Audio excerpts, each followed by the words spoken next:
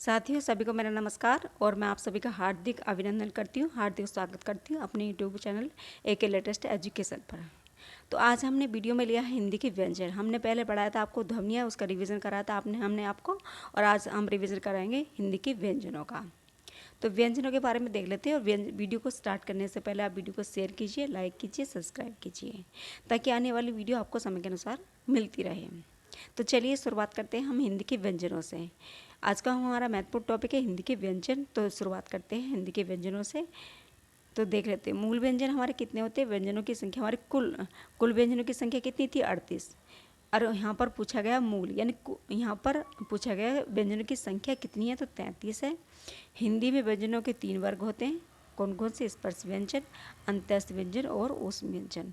3 व्यंजनों के 3 वर्ग माने गए, यानी कि 3 प्रकार उनके बताए गए हैं। कौन कौन से? स्पर्श व्यंजन और अंतस्थ व्यंजन और ऊष्म व्यंजन। ये 3 व्यंजनों के प्रकार माने गए हैं। देखिए आगे देखते हैं व्यंजन। व्यंजन हमारे 5 वर्गों में मैंने आपको बताया था, का वर्ग, चा वर्ग, त वर्ग, प वर्ग, यानी कंठ, तालु, मूर्धा और दंत। ये और स्पर्श व्यंजन हमारे 5 वर्ग होते हैं हमारे ये। तो इनमें कितने वर्ण आते हैं? हमारे 25 व्यंजन हमारे आ जाते हैं इसमें। और इसमें टा वर्ग हमारा रह गया, हमारा टा वर्ग होना चाहिए था यहाँ पर। टा वर्ग लिखने से टाइपिंग रह गया, टा वर्ग होना चाहिए था। 5 वर्ग हमारे होंगे यहाँ पर। 25 वर्ग, 5 वर्गों में हमारे 25 व्यंजन स्पर्श व्यंजन हमारे जिनको कहा जाता है, स्पर्श व्यंजन कहा जाता है जिनको। याराला वाह, चारों क्या है? अंतस्थ व्यंजन। इन्हें अर्धस्वर भी कहते हैं, इन्हें को अर्धस्वर कहते हैं। अर्धस्वर आपसे और या और वाह आपसे दिया जाता है, तो इनका नाम क्या है? अर्धस्वर है। रा हमारा लुंठित है, ला हमारा पार्श्विक है, सा हमारा सा हा, ये क्या है? हमारे ऊष्म व्यंजन, क्योंकि इसमें आवाज़ जो निकली हमारी घर्षण के साथ निकली। और आगे देखिए उच्चारण के स्थान पर आधार व्यंजन 7 वर्गों में मिलता है। अगर उच्चारण के स्थान पर देखा जाए तो व्यंजनों के 7 वर्ग में इनको विभक्त किया गया है। आगे देखेंगे किनको? व्यंजनों को 7 वर्गों में विभक्त किया गया है इनको उच्चारण के स्थान पर। देखिए आगत ध्वनि हमारी कौन कौन सी होती हैं? पहले इनको नहीं, पहले इनको देख लेते हैं। ओष्ठ व्यंजन को देखें हम। ओष्ठ व्यंजन हमारे कौन कौन से होंगे? ओष्ठ में होंगे पा, फा, बा, भा और मा। दंत व्यंजन हमारे कौन कौन से होंगे? दंत व्यंजन हमारे ता, था, दा, धा और ना होंगे। वतर्स व्यंजन हमारे रा, ला और सा होंगे। तालव्य व्यंजन हमारे कौन कौन से होंगे? चा, छा, जा, झा और या। देखिए इसमें झा जो दिख रहा है ना, ये इसको संघर्षी स्पर्श व्यंजन कहा गया है। इसको क्या कहा गया? संघर्षी स्पर्श व्यंजन कहा गया है।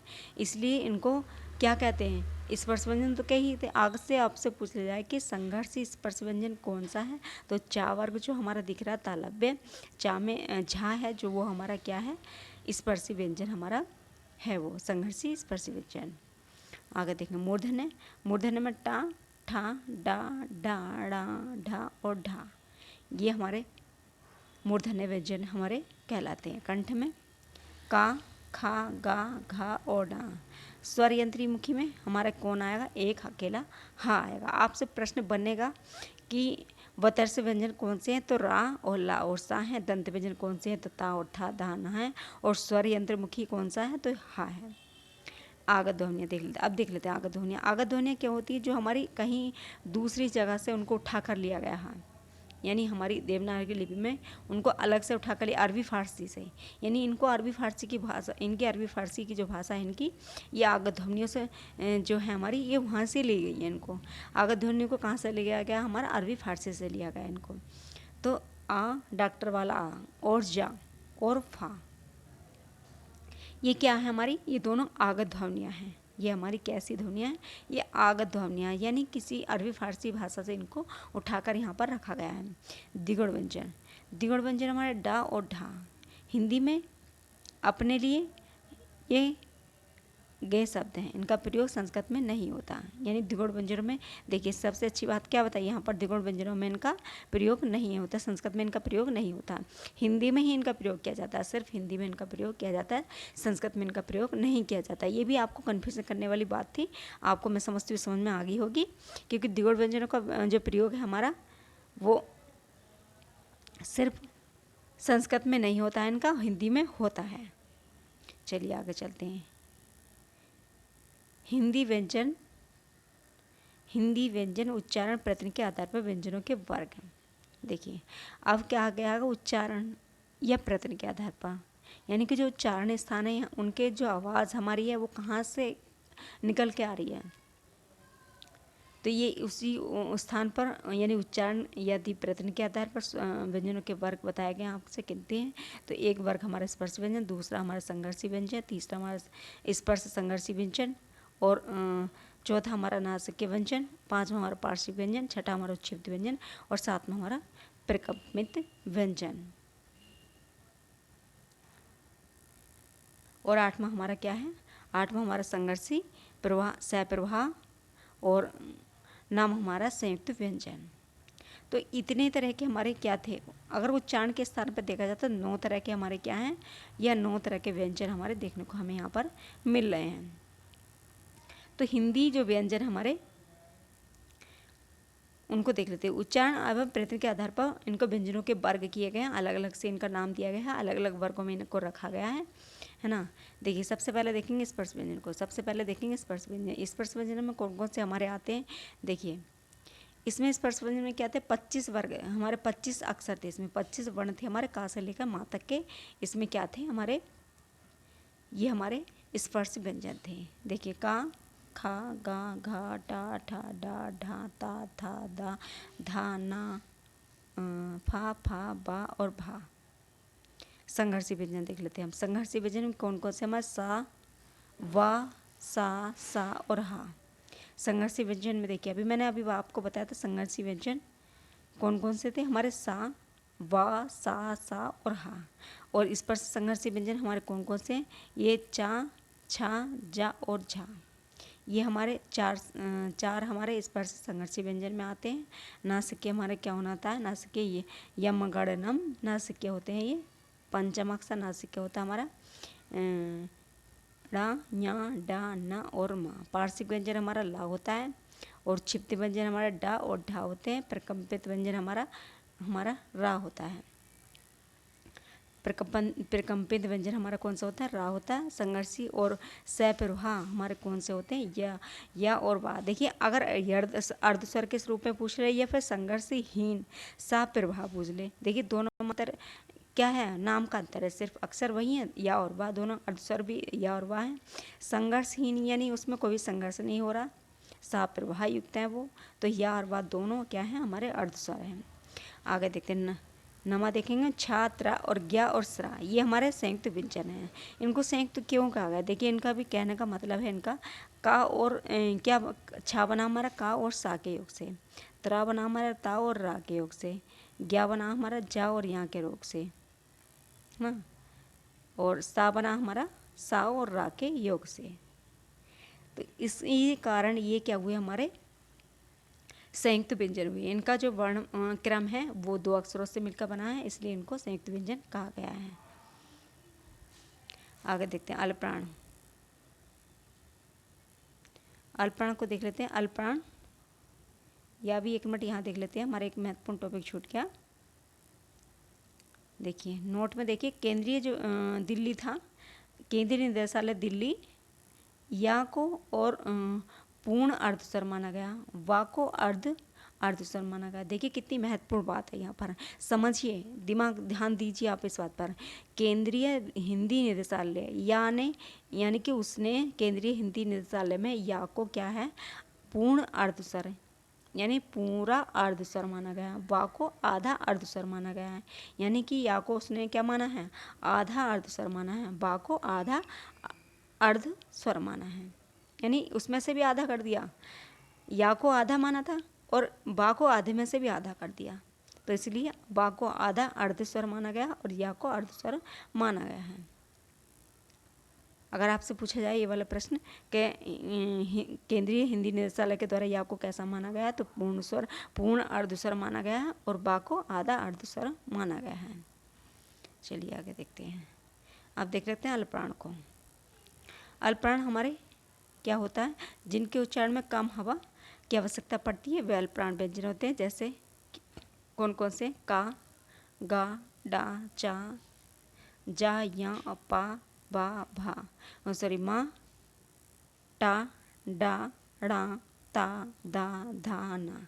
यानी कि वर्ग का पहला, तीसरा और पांचवा वर्ण क्या है हमारी, ये अल्पप्राण है। सब मेन चीज़ ये याद रख लीजिए आप। सिर्फ वर्ग का पहला पढ़िए, देखिए ये पहला है का, अब खा बीच में था, इसका गा तीसरे नंबर का हो गया, खा दूसरे नंबर का था, गा तीसरे नंबर का हो गया हमारा, अड़ा हमारा क्या हो गया पांचवें अक्षर का। तो ऐसे समझिए आपको पहला, तीसरा और पांचवा। चा हमारा पहला है, जा हमारा तीसरा है, या हमारा पांचवा है ना। ऐसे पकड़ लीजिए आप इनको, पहला, तीसरा और पांचवा। वर्ण क्या है हमारे, अल्पप्राण है। आगे देखिए, अब महाप्राणों की बात कर लेते हैं। महाप्राण में कौन कौन से आएंगे, प्रत्येक वर्ग का दूसरा और चौथा। अब यहाँ पहले क्या था, अल्पप्राण में क्या था, पहला, तीसरा और पांचवा। अब उसमें जो भी बचा है, यानी दूसरा बचा था, अब चौथा बचा था, तो उसी को हम महाप्राण मानेंगे, है ना। अल्पप्राण में पहला और तीसरा, पांचवा, और महाप्राण में जो बचा था दूसरा और चौथा, ये हमारे महाप्राण व्यंजनों के। और इनके चरण में अधिक हवा की आवश्यकता होती है। वहाँ क्या थी, कम हवा की आवश्यकता पड़ रही थी उन्हें बोलने में। हमारी जो आवाज़ निकल रही थी मुख से वो कम हवा की आवश्यकता थी। लेकिन महाप्राण यानी आपको इसके नाम से ही आपको पता चल रहा होगा, महा मतलब महान यानी ज़्यादा। तो यहाँ पर जो दिख रहा है ये, जहाँ पर हवा ज़्यादा निकले, उच्चारण में अधिक हवा की आवश्यकता पड़े, वो हमारे कैसे होते हैं, वो हमारे महाप्राण व्यंजन होते हैं। देख लेते हैं कौन कौन से हैं। दूसरे में हमारा खाएगा, घा, छा, झा, फा, ढा, ढा, था, धा, सा, हा, ये सब महाप्राण व्यंजन होंगे, है ना। ये क्या होंगे, हमारे महाप्राण व्यंजन होंगे। अब देख लेते हैं घोष अघोष को, है ना। अब देखिए घोष अघोष को देखिए, ये भी यहाँ भी प्रश्न इस सारी वर्णमाला में यहाँ से प्रश्न आपको देखने को हर परीक्षा में मिलते हैं। घोष अघोष के वर्णों में बच्चों को अच्छे से नॉलेज हो जाती है, तो बच्चे जो उसमें फंसते नहीं हैं फिर बाद में। तो जब यहाँ से पूरा नॉलेज होगी तो बच्चे जो बिल्कुल भी उसमें कन्फ्यूज़न भी बिल्कुल नहीं होगा। जिन वर्णों के उच्चारण में स्वरतंत्रियाँ झंकृत होती हैं, यानी कि जो हमारी आवाज़ निकल रही है वो जो हमारी आवाज़ है झंकार के साथ निकल रही है, यानी उसमें घोष पैदा हो रहा है, उसमें झंकार पैदा होती है, वे वर्ण हमारे कैसे होते हैं, वे घोष वर्ण होते हैं। जिन्हें झंकृत नहीं होती वे हमारे अघोष व्यंजन होते हैं। तो घोष व्यंजन में क्या है, प्रत्येक वर्ग का पहला वर्ग का तीसरा, चौथा, पांचवा वर्ण और या और सभी स्वर, है ना, सभी अघोष वर्ण। इसमें क्या होगा, हमारे सभी स्वर होंगे। और या, वा, रा, ला, ये हमारे क्या हंतस्थ व्यंजन है। और हा को भी घोष व्यंजन में कहा गया है, ये भी क्या है, हमारे घोष व्यंजन है।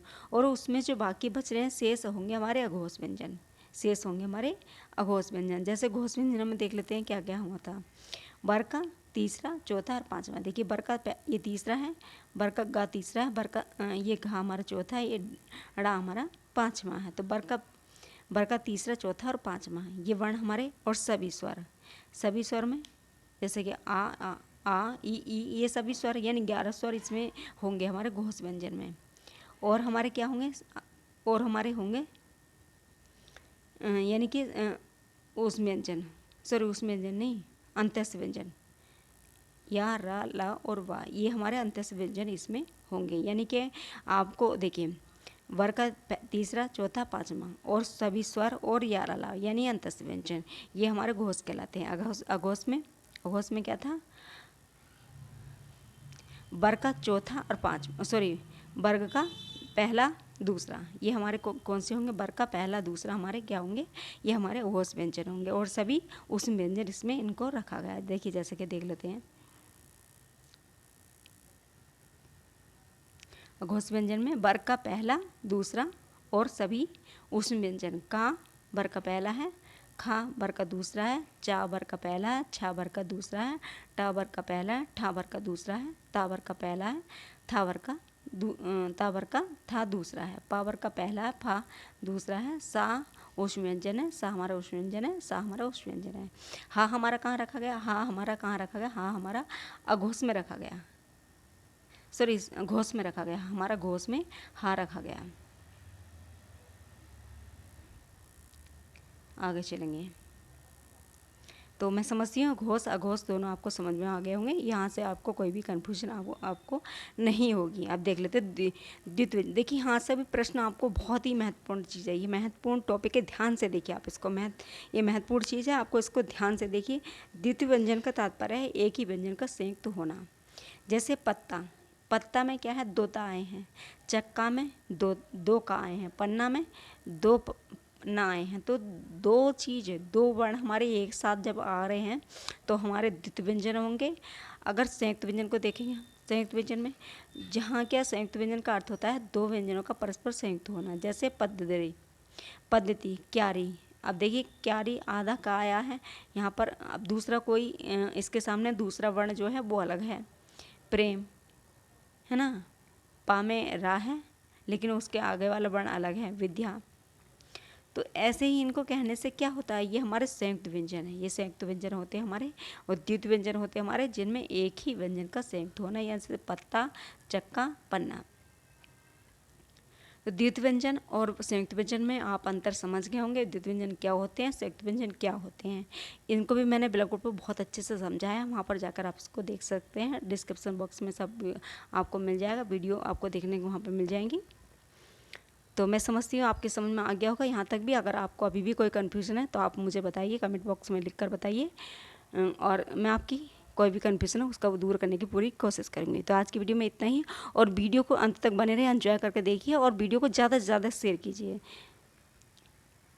अगर आप शेयर करेंगे तो ये जो वीडियो है आप दूसरों तक पहुँचाएँगे तो आपको भी इसमें फ़ायदा होगा, क्योंकि ज्ञान दूसरों का भी बढ़ने से बढ़ता है। तो मैं समझती हूँ वीडियो को ज़्यादा से ज़्यादा शेयर कीजिए, ज़्यादा से ज़्यादा सब्सक्राइब कीजिए, ताकि आने वाली हर वीडियो आपको समय के अनुसार मिलती रहे। तो कल एक नई वीडियो के साथ उपस्थित होंगे, तब तक के लिए आपसे विदा चाहते हैं। धन्यवाद।